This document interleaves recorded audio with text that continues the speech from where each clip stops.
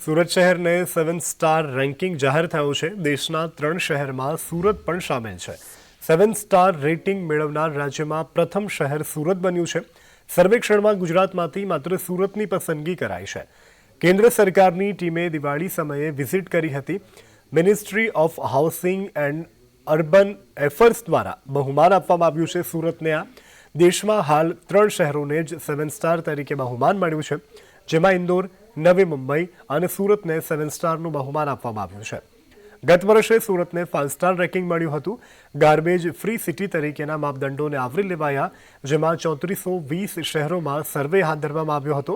માપદંડોને આધારે garbage free સિટીમાં સુરતને સ્થાન મળ્યું છે। આપણું સુરત ગુજરાતમાં 7 સ્ટાર કેટેગરીમાં ગાર્બેજ ફ્રી સિટી તરીકે એવોર્ડ આજે જ એનાઉન્સ થયો છે। તે માટે હું આપના મજબૂત સહયોગ અને ઉત્સાહને હૃદયપૂર્વક અભિનંદન પાઠવું છું।